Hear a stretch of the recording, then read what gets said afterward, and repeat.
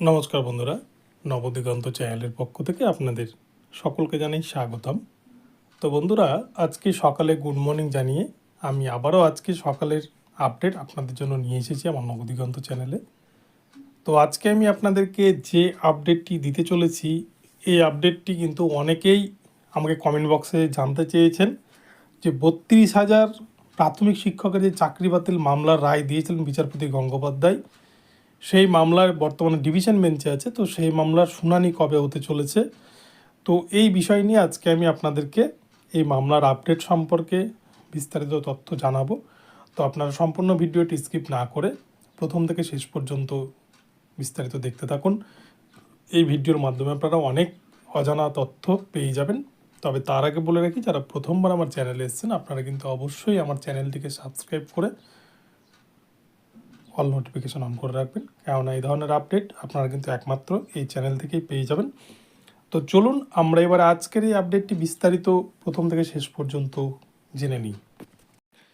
তো বন্ধুরা, অনেকের অনুরোধে আজকে এই ভিডিওটি, এই 32,000 মামলার আপডেট।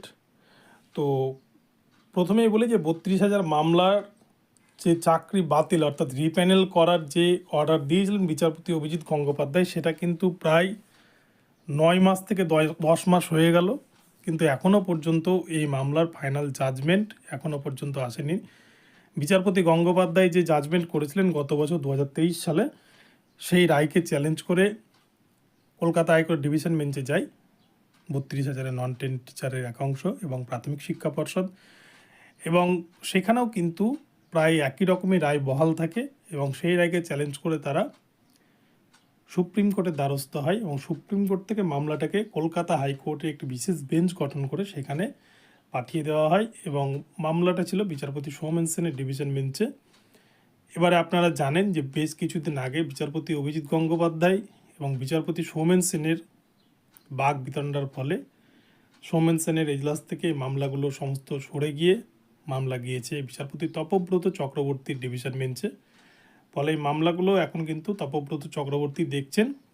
কিন্তু সবথেকে বড় কথা হলো যে এই মামলার কিন্তু বেশ কিছুদিন ধরে আমরা কোনো আপডেট পাচ্ছি না এবং এই নিয়ে কিন্তু অনেকেই উদ্বিগ্ন রয়েছেন। অনেকেই 42,949 প্যানেলের অর্থাৎ 2014 প্রাইমারি টেটকে কেন্দ্র করে 2016 সালে যে নিয়োগ হয়েছিল, সেখানে অনেকেই কিন্তু ভালো ইন্টারভিউ দিয়েও ভালো একাডেমিক মার্কস থাকা সত্ত্বেও, এমনকি শুধু তাই নয়, দেখা গিয়েছে প্যানেলে যা লাস্ট কাট অফ নেমেছে তার থেকে অনেকেরই কিন্তু ইন্টারভিউ ছাড়া কাট অফ অনেক বেশি থাকা সত্ত্বেও তারা মেরিট লিস্টে জায়গা পায়নি। তাহলে কী হারে দুর্নীতি হয়েছিল সেটা কিন্তু আর বলার অপেক্ষা রাখে না।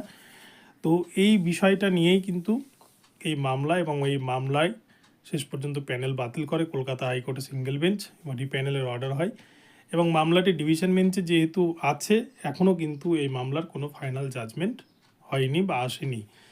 তো এখানটায় একটা কিন্তু সবথেকে বড় টুইস্ট লুকিয়ে আছে, কেননা আপনারা দেখে যদি ভালো করে খেয়াল করেন দেখবেন যারা এই 32,000-এর চাকরি বাতিলের মামলাটা করেছিলেন, যে সমস্ত ক্যান্ডিডেট যারা পিটিশনার ছিলেন, তারা কিন্তু অলরেডি 9,533-এর যে প্যানেল, এই প্যানেলের মধ্যে 95% ক্যান্ডিডেট তারা কিন্তু এখানে চাকরি পেয়ে গিয়েছেন। যতজনের ডিএলএড ছিল সকলেই কিন্তু এই প্যানেলে ইনক্লুড হয়ে গিয়েছেন। যারা হয়তো নন টেন বা যারা এনআইএস এবং বিএড ডিগ্রি নিয়ে এই প্রক্রিয়ায় ইন্টারভিউ দিয়েছিলেন, শুধুমাত্র তারাই কিন্তু বঞ্চিত হয়েছেন, কিন্তু আদারওয়াইজ যতজন ছিলেন সবার কিন্তু চাকরি হয়ে গিয়েছে।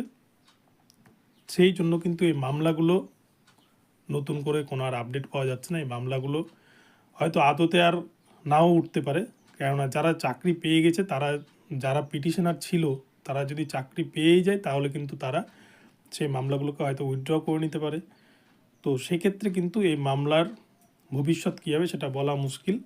তবে আমি বলবো যে 32,000-এর যে প্যানেল অর্থাৎ 42,949-এর যারা ইন্টারভিউ দিয়েছিলেন, যারা বঞ্চিত হয়েছিলেন, সবাই কিন্তু এই মামলাটায় পার্টি হতে পারেন। আপনারা এই মামলাটাকে ডিভিশন বেঞ্চে পার্টি হয়ে মামলাটাকে কিন্তু তুলতে পারেন, নইলে হয়তো এই মামলাটা কিন্তু শীত ঘুমে চলে যাবে। কেননা পিটিশনাররা যদি এই মামলাটাকে না তুলতে চায় তাহলে কিন্তু সেই মামলা কোনোদিনও এজলাসে উঠবে না।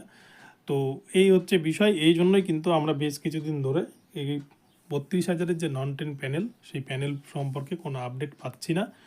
তো আর একটা বিষয় বলে রাখি, যারা এই মামলাটি করেছিলেন, যাদের মামলার কারণে এই 32,000-এর প্যানেল রিপ্যানেল করার অর্ডার দিয়েছিলেন বিচারপতি অভিজিৎ গঙ্গোপাধ্যায়, তাদের মধ্যে কিন্তু অনেকেই নন ট্রেন্ড ছিলেন।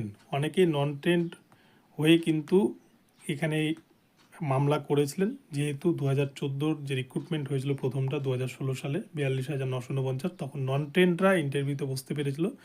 তো সেই হিসেবে তারা কিন্তু এই মামলাটি করেছিলেন।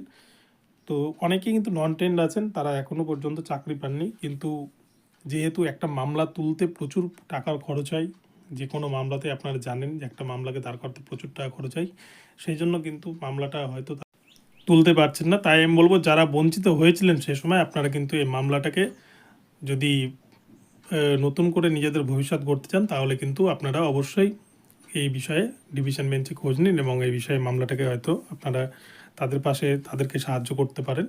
এবং আর একটা বিষয় বলে রাখি, 5%-এর যে মামলা 32,000-এর সাথে সাথে কিন্তু 42,949-এর যে 5% মামলা, যেটা বিচারপতি অভিজিৎ গঙ্গোপাধ্যায়ের এজলাসে ছিল, এবং বেশ কয়েকটি ভালো শুনানি কিন্তু হয়েছিল বিচারপতি গঙ্গোপাধ্যায়ের এজলাসে, এবং সিবিআই রিপোর্ট অনুযায়ী কোনো রকম 5%-এর প্যানেল তৈরি করেনি প্রাইমারি বোর্ড সেই সময়। এবং পর্ষদের যিনি সচিব ছিলেন রত্না বাগচি মহাশয়, তিনিও কিন্তু এজলাসে দাঁড়িয়ে জানিয়েছিলেন যে 42,949-এ কোনো রকম 5% ওয়েটিং লিস্ট বা অ্যাডিশনাল প্যানেল লিস্ট তৈরি করা হয়নি। তো সেক্ষেত্রে কিন্তু এই 5%-এর যে মামলা, সেইখানেও একই রকমই কিন্তু ঘটনা ঘটেছে। 5% মামলাতেও যারা পিটিশনার ছিলেন, তাদের মধ্যে অধিকাংশ ক্যান্ডিডেটই কিন্তু এই 9,533-এর প্যানেলে তারা স্থান পেয়েছেন, তারা কিন্তু চাকরি অলরেডি পেয়ে গেছেন। আর যেহেতু চাকরি কেউ যখন পেয়ে যায়, তখন কিন্তু সে আর কোনোভাবেই পর্ষদের শত্রু হতে চায় না। আর সেই কারণে কিন্তু এই মামলাগুলো থমকে দাঁড়িয়েছে, এবং এই মামলাগুলো কিন্তু হয়তো ভবিষ্যতে শীত ঘুমে চলে যেতে পারে। তো সেই কারণে এই মামলাগুলোর কোনো আপডেট পাওয়া যাচ্ছে না। আর আপনারা অনেকেই আমাকে এই বিষয়ে কমেন্ট করছিলেন, 5% মামলা, 32,000-এর মামলা। তো এই হচ্ছে বিষয়।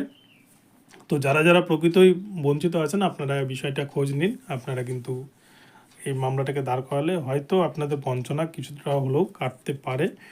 তো যাই হোক, আজকে এই 32,000 5%-এর আপডেটটি আপনাদেরকে দিলাম।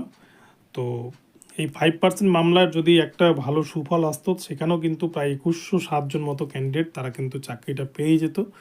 তো যাই হোক, তো আপনারা দেখবেন বিষয়টা। তো ভিডিওটি কেমন লাগলো আপনারা কমেন্ট বক্সে জানাবেন। আর ভিডিওটি ভালো লাগলে চ্যানেলটিকে সাবস্ক্রাইব করে দেবেন। আর প্রতিনিয়ত আমার চ্যানেলকে ফলো করতে থাকুন নতুন নতুন আপডেট পাওয়ার জন্য। পরবর্তীতে আবারও নতুন আপডেট নিয়ে আসছি। ধন্যবাদ, সকলে ভালো থাকবেন। পরবর্তীতে ম্যাট 1594-এর একটি ভীষণ গুরুত্বপূর্ণ আপডেট নিয়ে আসছে আপনাদের জন্য। তো দেখা হচ্ছে পরবর্তী ভিডিওতে।